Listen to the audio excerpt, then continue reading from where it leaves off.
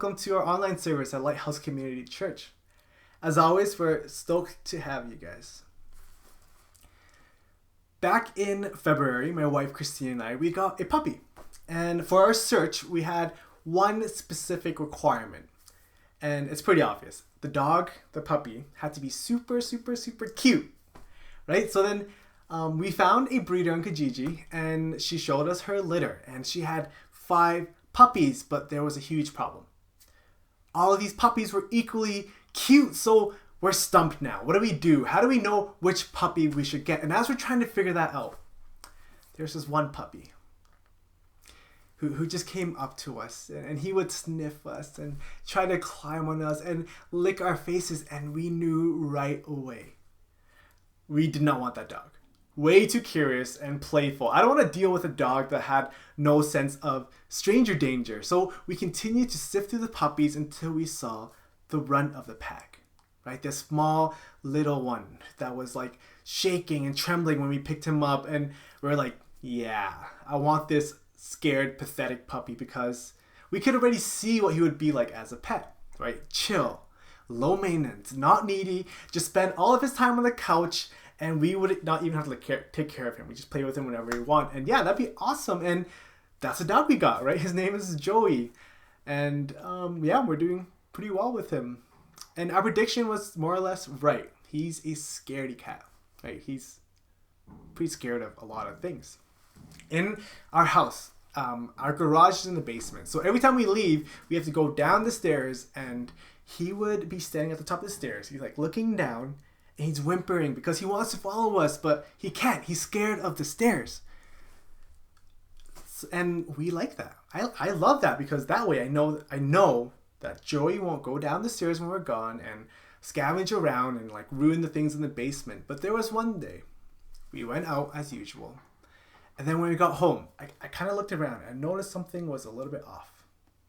And he was like chewing on something as usual. But as I looked closer, he was chewing on one of Christine's work shoes. Just one shoe. And it didn't really make sense, because we always leave the house through the basement. So I asked Christine, I'm like, yo, did you bring your work shoes up here? And she's like, huh? No. Why? And I pointed at her shoe, and we looked at each other, and we're like terrified, because what does that mean? It means that our cute little scared Joey that we thought we knew, who couldn't even go down the stairs, when we weren't home, he went downstairs and he scavenges around, and he took the shoe and he brought it upstairs. And it's like, okay, that's not so bad, but what else don't I know about him? Right? Like, is he like inviting his friends over and like smashing some drinks and watching Paw Patrol when we're gone?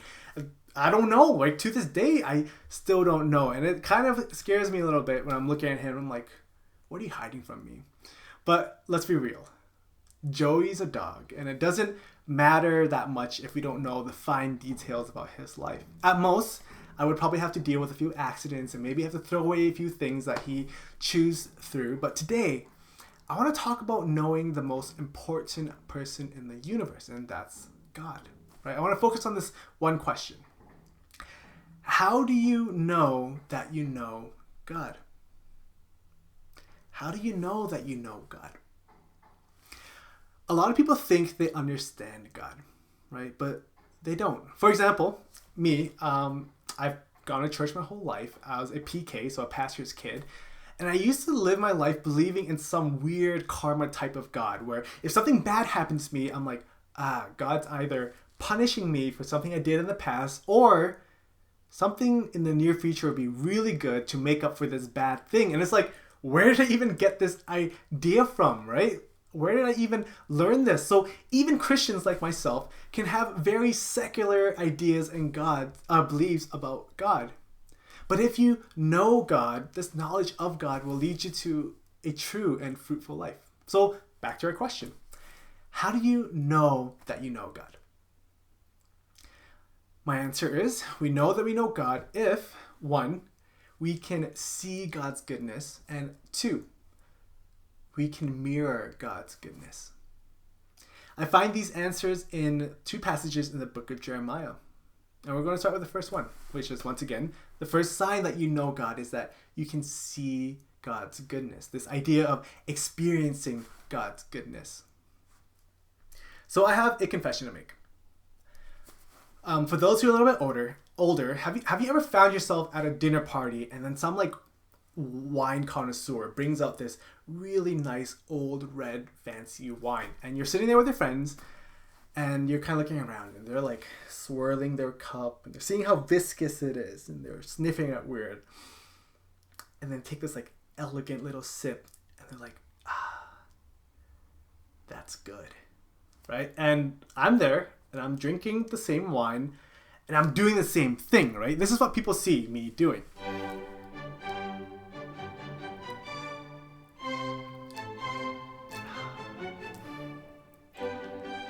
Okay, that's what they see, but this is what's going on in my head. Oh, it smells like cat piss. Probably tastes better. Oh my, it's worse. Just force it down and get over with. Ugh. I need to clean my mouth. And that's my confession. I don't like wine, even though it's classy. So I'm probably low class, right? It's like, I just totally don't understand how people can enjoy this. Or in Gen Z terms, I'm an uncultured swine. And it's actually sad for me because I see others enjoy and experience the goodness of wine, but for myself, I simply don't taste what other people taste, right? I'm missing out on this enjoyable dimension of life, and I simply don't have a palate for fine tastes, and it sucks, but my life goes on. However, we really can't afford to miss out when it comes to experiencing God's goodness. Knowing God means that we can see and experience God's goodness. And he teaches us about himself, what his character is really like, especially in Jeremiah 9:24. God says about himself, "But let the one who boasts boast about this, that they have the understanding to know me, that I am the Lord who exercises kindness, justice, and righteousness on earth. For in these I delight, declares the Lord." One of the major issues at the time in the book of Jeremiah was that people were like going around, they were leaving God and they're worshiping other gods, right? And these gods were so different from the God we know. So instead of being a God of love and goodness and righteousness and kindness and all that stuff, these gods were pretty much the same as broken, corrupt human beings with like an emotional intelligence of a toddler. The only difference is they had superpowers, right? They were super strong. So try to imagine a God like that. And when I do, I think of The Incredibles. So who knows if you ever watch Incredibles, there's this character named Jack, right? And in the movie, he's legit a toddler with godlike powers. And it's crazy because he's incredibly dangerous, totally unpredictable, impulsive, lacks a moral compass. And these are like the kind of gods that these human beings naturally make up in your head, right? They're gods of the imagination. And what's terrible is they did that back then, but in our day, we can kind of find ourselves doing the same thing as well. Even within Christianity, right? We have these totally imagined up thought about God, right? God is this person who can't be trusted. He's out to get me. He's angry with me. I messed up, so he wants to punish me. Or maybe God is just far away. He doesn't really care about my life because all these little details, they just don't matter. And that's what we believe about God, but those ideas are wrong, right? That's a God of your imagination. So the Bible itself, it tries over and over again to correct our wrong assumptions. For example, God reminds his people that he brought them out of Egypt before he gives the 10 Commandments to make sure that the people know first that he is good and that God is good for them. And that's the same with us, right? Before we follow and obey and lean into his goodness, the first thing you need to know is that God is good and God is good for us. Our passage, it tells us about a God who exercises kindness, justice, and righteousness on earth. And doing that, he delights in that.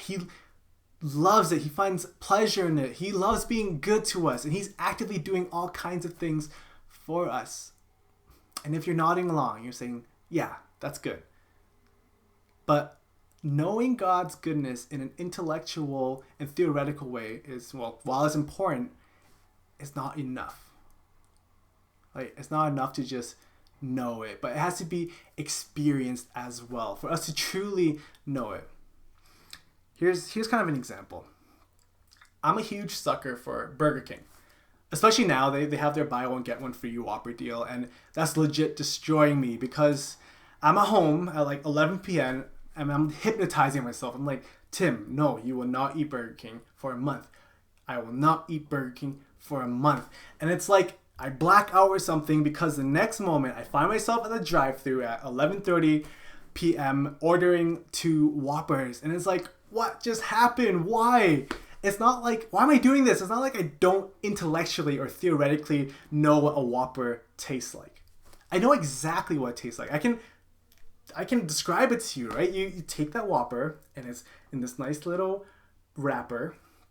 And when you take that first bite, right, I'm introduced to a soft, sweet, sesame-covered bun that gently wraps around the roof of my mouth. Followed by this refreshing tour of an Italian garden.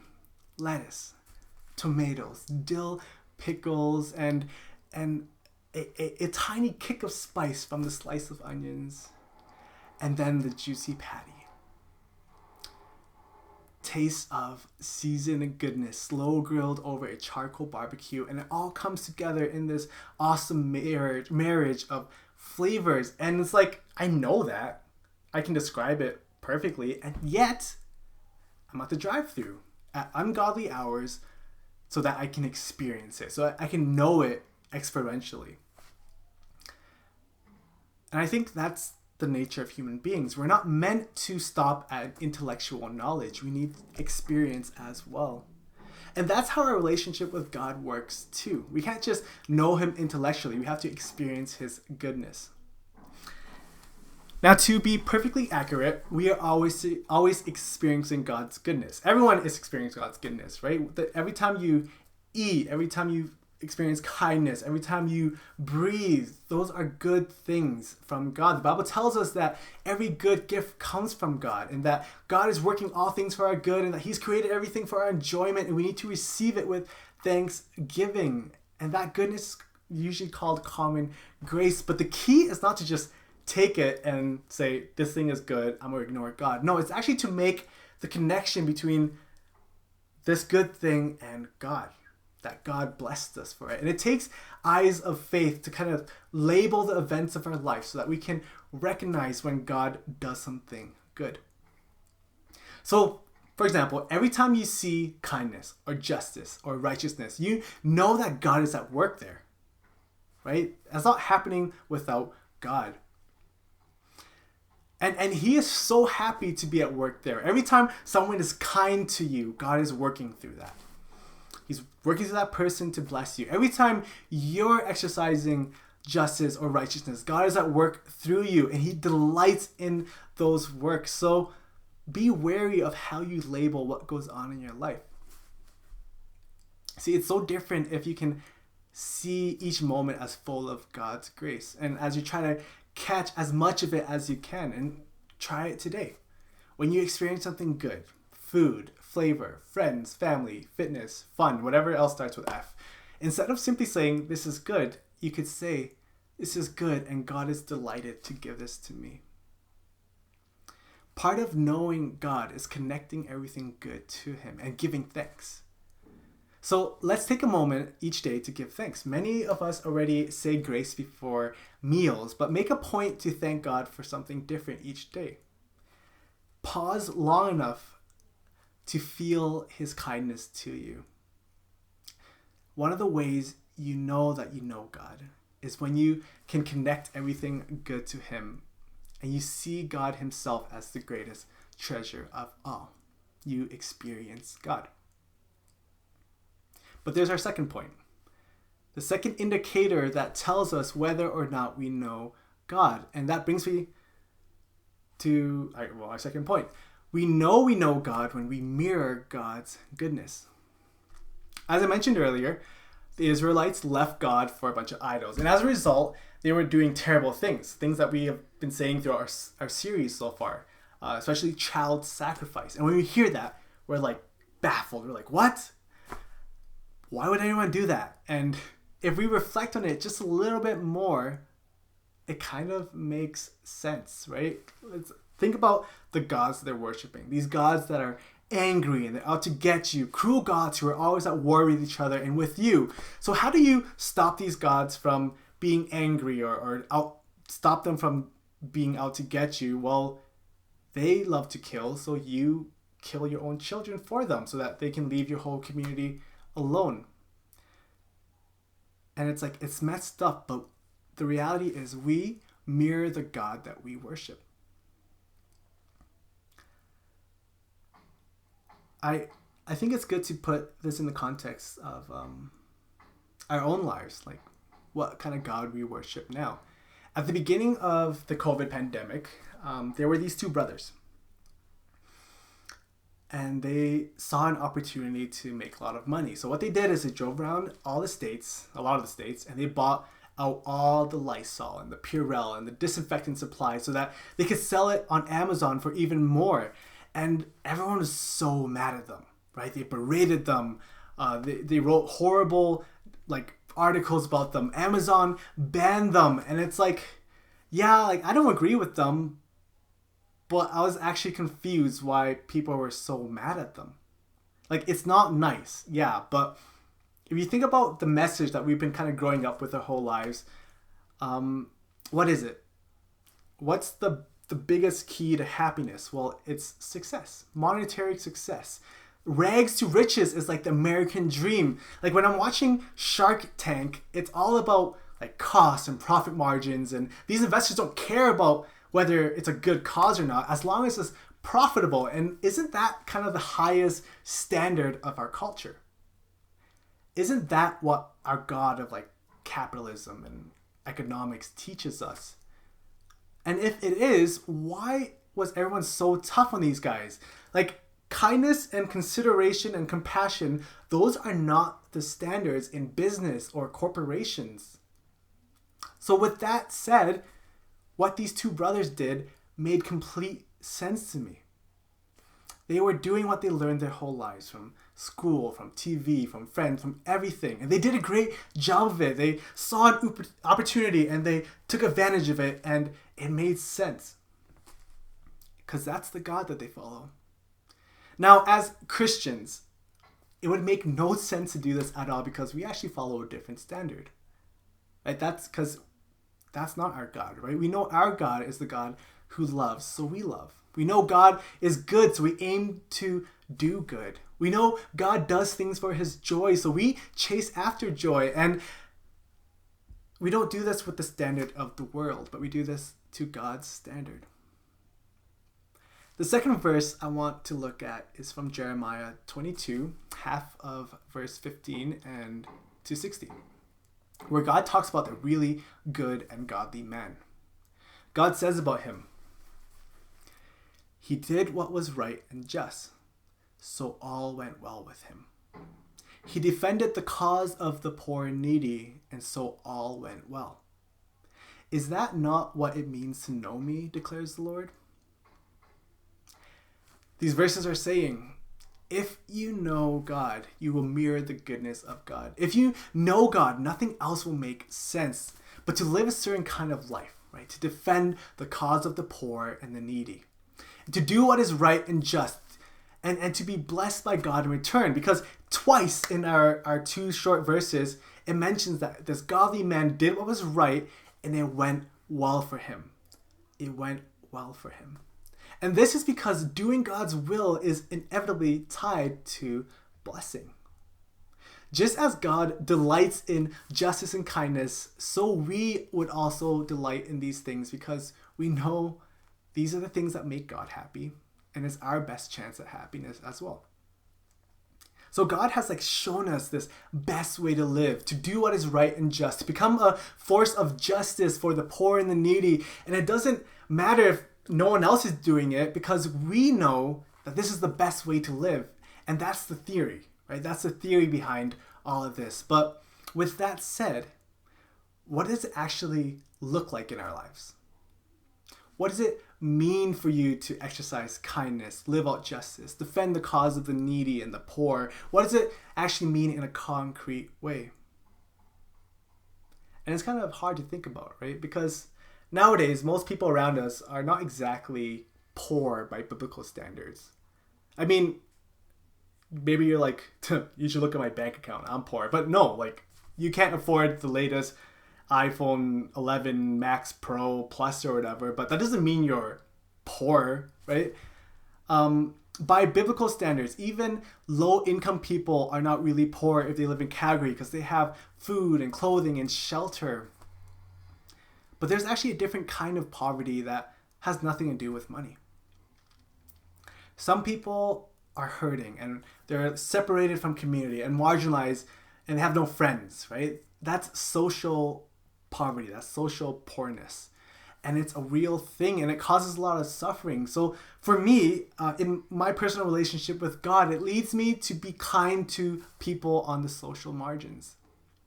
To treat them with respect, to talk to them like they are human beings worthy of love, and to bring them into good relationship with the rest of the community. And there's more types of poverty, right? Besides social poverty, there's spiritual poverty. People need Jesus, and we need to equip ourselves to make those connections to help people in their spiritual poverty. For those who live in Canada, we mirror God by taking steps to do something about things like social needs and spiritual needs, these different aspects of poverty. And as we take those steps to serve, the Bible reminds us that God himself will bless us for it. And I think that's one really good way we can mirror God's goodness in our lives. Let's end with a recap.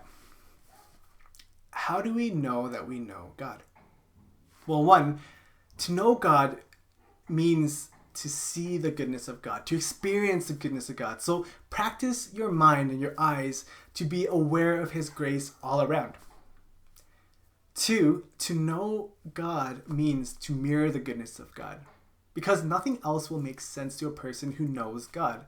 To mirror God's kindness, justice, and righteousness is the most rewarding lifestyle a Christian could have.